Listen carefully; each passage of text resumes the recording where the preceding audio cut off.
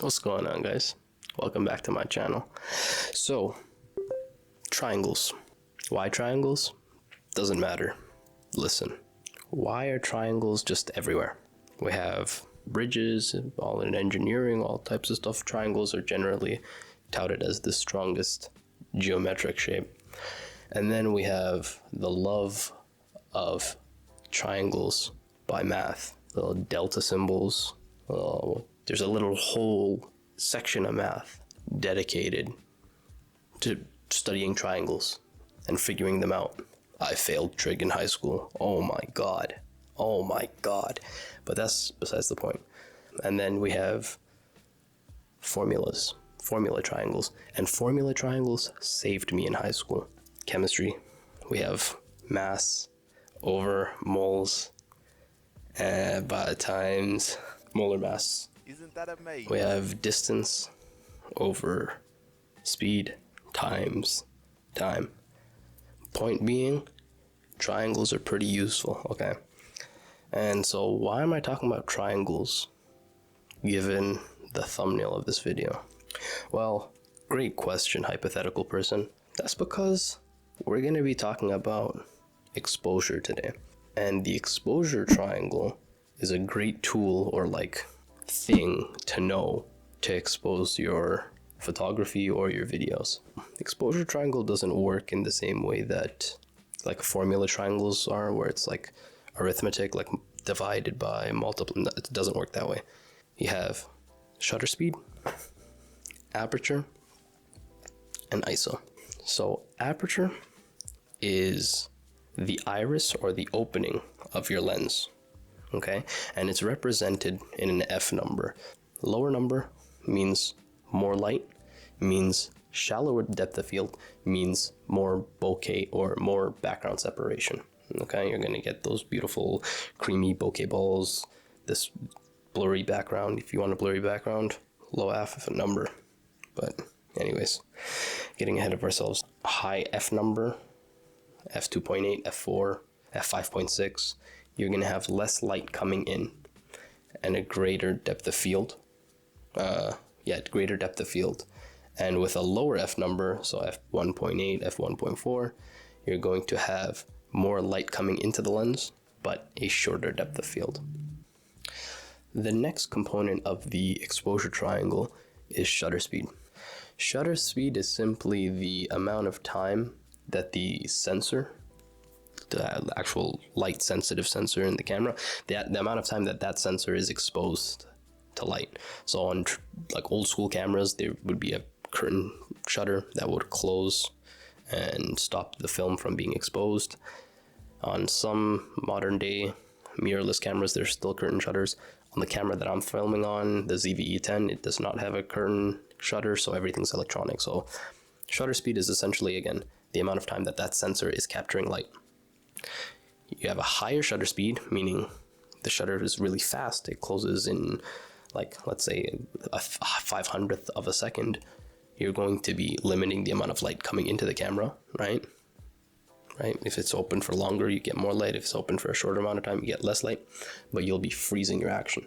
And we'll get into that later. So the final component of the exposure triangle is ISO.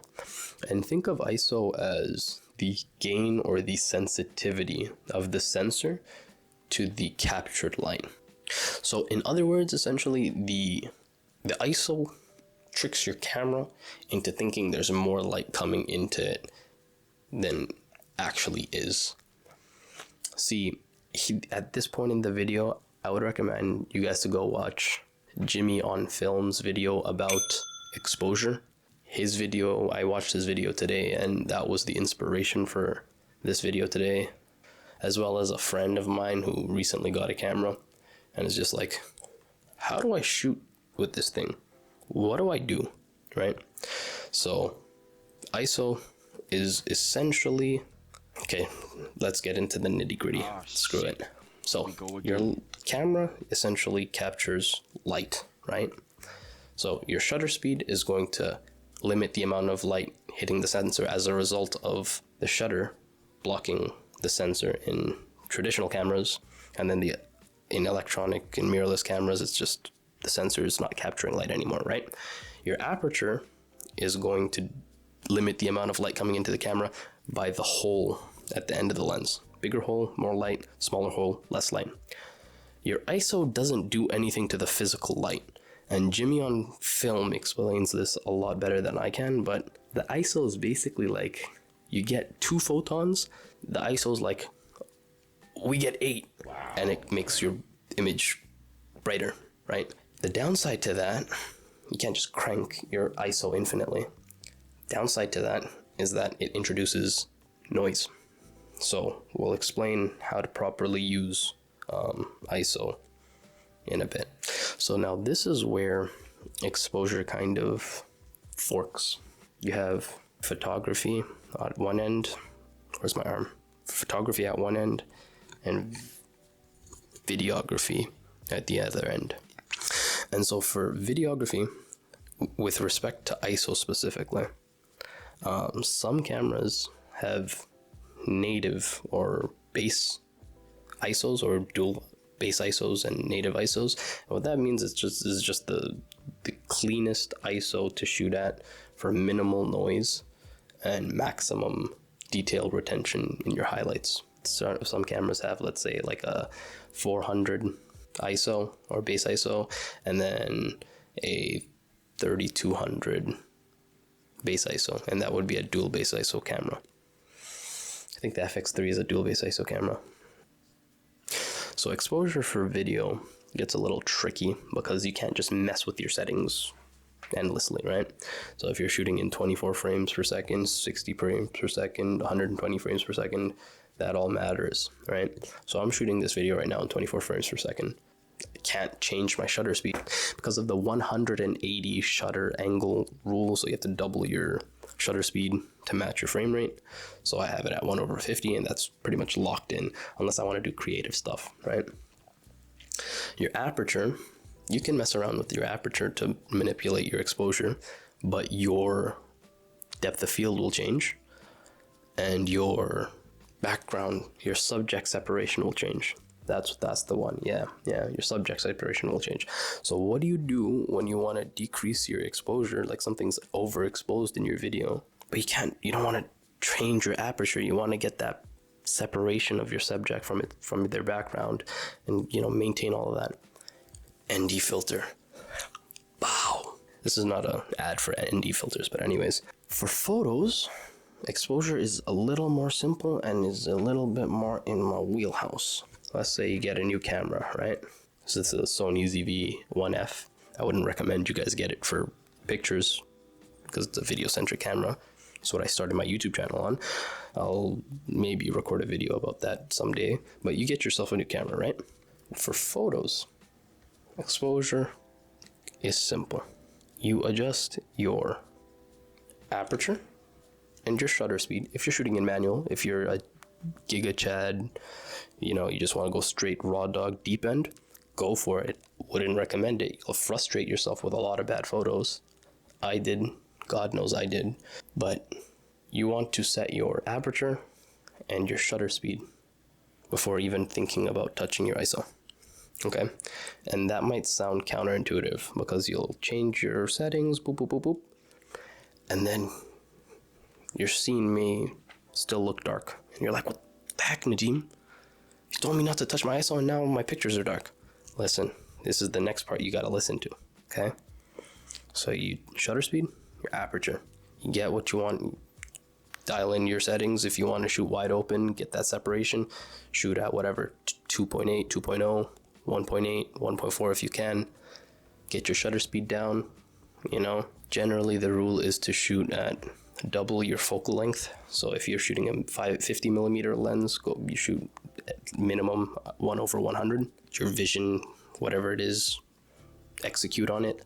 If you want your subject and your background to be homogeneous and no separation, crank that aperture all the way up to f8, f10, f11,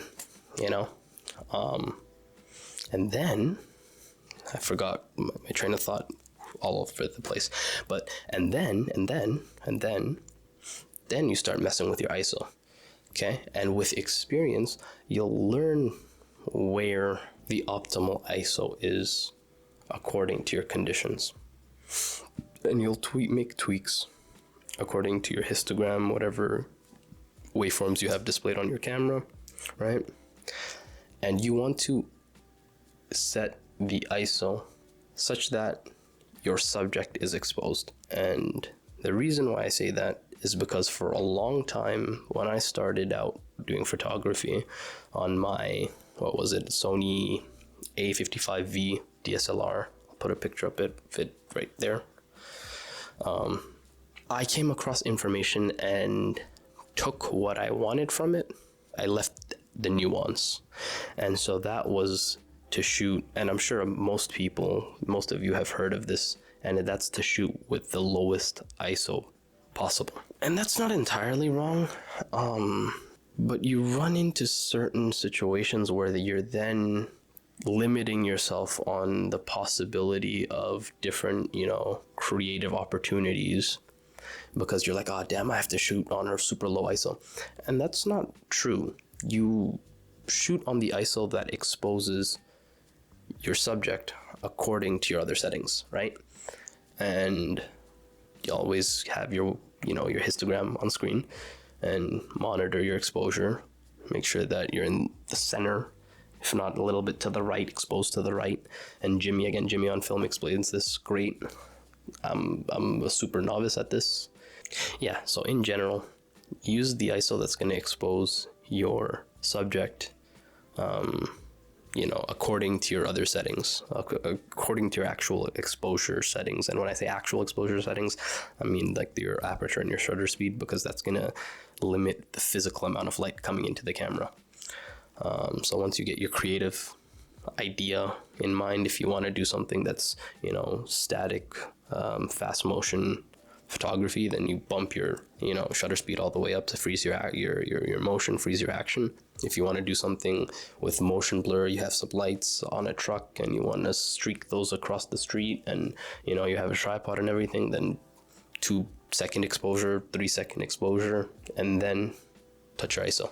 With that being said, when I take pictures, I generally shoot, and this is what I would recommend for you guys to do, I generally shoot in aperture priority, like I'd say 95% of the time. And that's what I started and learned how to shoot pictures with. I didn't really use program auto or shutter speed priority or what other settings are there? Manual and shutter, program auto, yeah, whatever. I just used auto aperture priority because some YouTuber said he shot with aperture priority, and I said, let's see what this is about. And I tried it, and am I in focus? Hello, I am back. I was rudely interrupted by some banding that was happening over my shoulder here. I don't know if it was because of my ISO or because the camera was heating up. I have a bunch of reviews coming. I have one for this monitor, and then also the reason why I say it is because I got a cooler for this camera, which you guys should look into if you also own a ZVE10 or 10 Mark II, I believe. I don't think it has an internal fan. Anyways, back to what I was saying. Aperture priority, use that. You don't have to worry about your shutter speed because your camera thinks about that for you. And then you just have to worry about your aperture, right? More light, more separation, low aperture, and then adjust your ISO according. That's pretty much what the exposure triangle is. Yeah, I was on Facebook Marketplace, and I came upon this ZVE10 group in my city in Toronto, and someone had taken a picture with this ZVE10 and was like, my images are blurry. Why is that? No matter how much, even if it's in focus, I get the green box, no matter how long I take to focus it, it still comes out blurry. And essentially her problem was her shutter speed was too low because her camera was like, hey, I'm starving for light. Her aperture was probably as low as it could be as well. Or maybe not, I don't know, I'm just assuming. And her camera was starving for light. And so it decreased shutter speed in order to capture as much light sufficient to expose whatever it is she was taking a picture of. But as a result, of having that low shutter speed. It doesn't freeze the action. And so what you get is you get that fuzziness, that softness, the blur, the motion blur, right? From those micro jitters, because our muscles are just elastic bands. It's all they just stretch and contract. And so you get those little micro jitters, and that's perceivable when you have a sufficiently low shutter speed. If you find yourself in a problem like that lady in the ZVE10 group, look at your aperture. Is it as low as it can be? If it is, bump that ISO up to expose for your subject. And with that being said, guys, later.